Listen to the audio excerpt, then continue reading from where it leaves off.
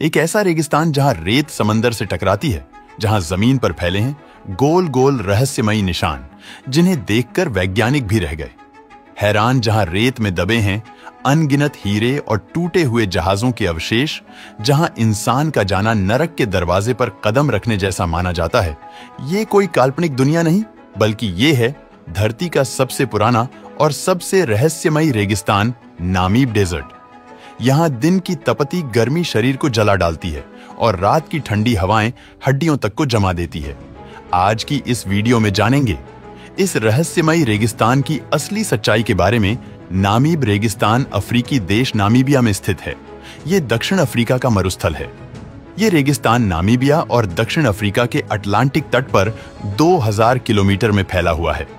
Namib रेगिस्तान को दुनिया की सबसे सूखी जगहों में शुमार किया जाता है, लेकिन खास बात यह है कि इसका एक बड़ा हिस्सा समुद्र को छूता है। दोस्तों, हैरान हो गए ना आप? नामीब रेगिस्तान दक्षिणी अफ्रीका के पश्चिमी तट पर स्थित है।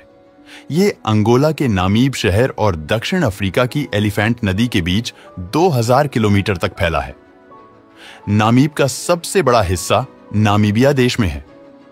नामीब रेगिस्तान के ऊंचे रेत के टीलों वाले वो स्थान जहां रेगिस्तान समुद्र से मिलता है, इन्हें यूनेस्को द्वारा वर्ल्ड हेरिटेज घोषित किया जा चुका है। नामीब रेगिस्तान में बजरी के मैदान, रेत के टीले और बिखरे हुए पहाड़ हैं। यहाँ पर मौजूद टीलों की ऊंचाई 1000 फीट तक होती है, जो उन्हें दुनिया के सबसे ऊंचे रेत के टीलों में से एक बनाती है।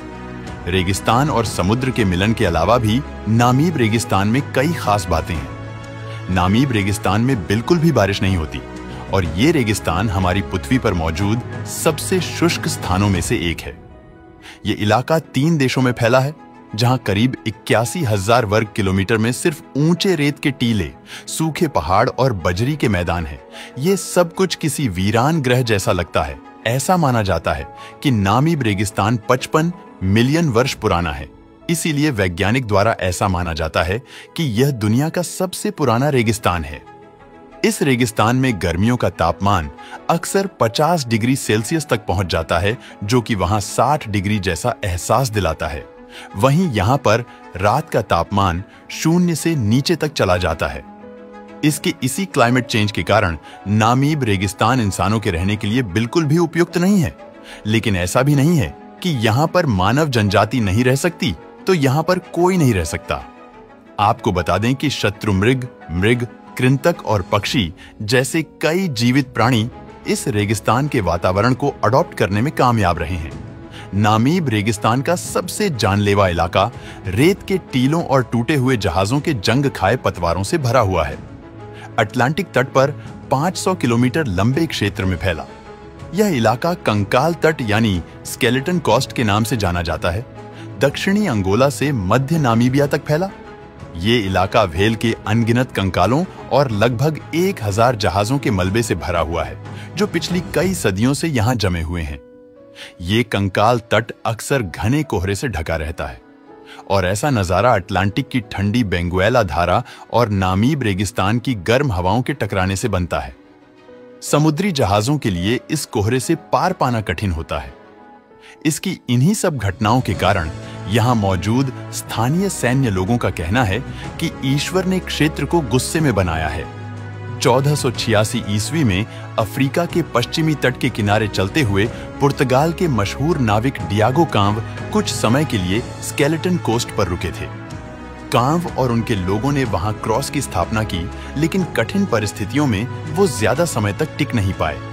लेकिन वहां के व्यू और वहां मौजूद चीजों को देखकर जाते जाते उन्होंने इस जगह को नरक का दरवाजा नाम दे दिया।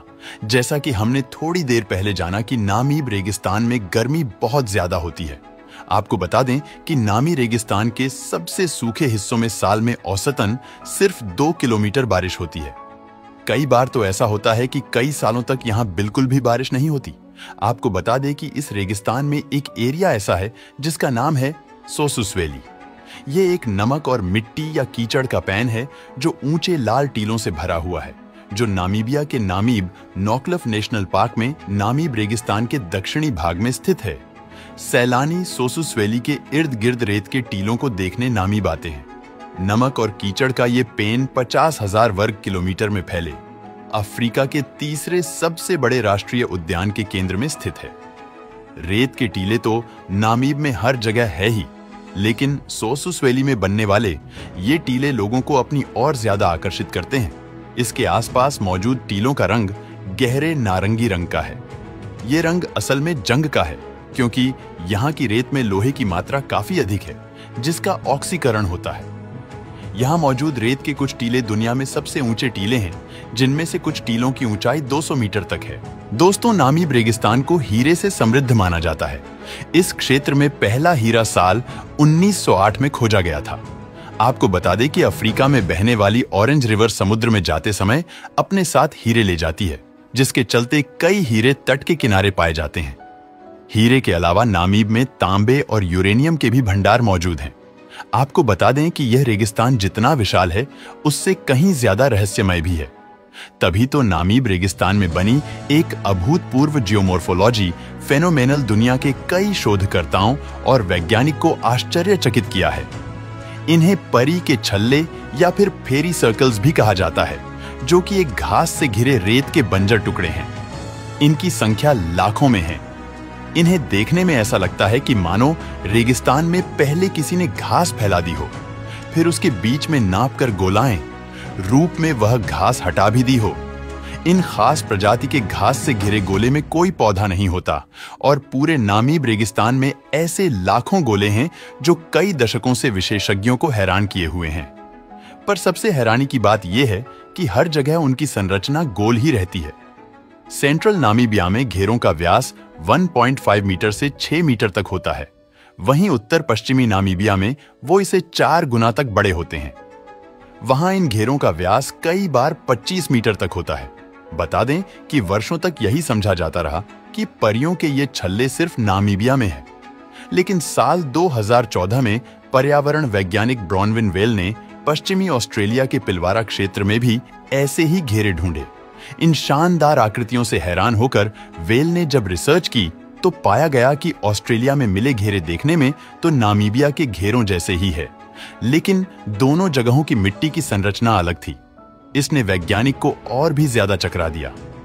परियों के घेरे की पहेली सुलझाने में विशेषज्ञ भले ही चकरा रहे हो, लेकिन नामीबिया के स्थानीय लोगों को इन आकृतियों के बारे में बहुत पहले से पता था। स्थानीय लोगों का विश्वास है कि उन्हें आत्माओं ने बनाया है और ये उनके देवता मुकुरु के पैरों के निशान है। लेकिन आज तक इन घेरों की व्याख्या करने वाला कोई यूनिवर्सल प्रिंसिपल सामने नहीं आया है। दोस्तों, वीडियो पसंद आया हो तो लाइक और शेयर करें।